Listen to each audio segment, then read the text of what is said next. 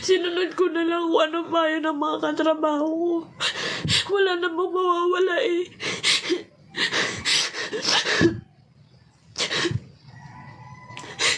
Hirap na ako na napapanaginipan ko yung nagmumukhang kawawa na lang ako sa harap ng iba.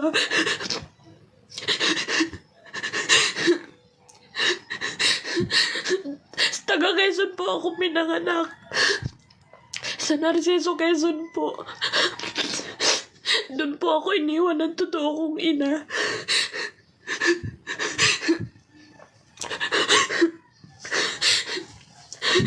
Pakishare po ng live.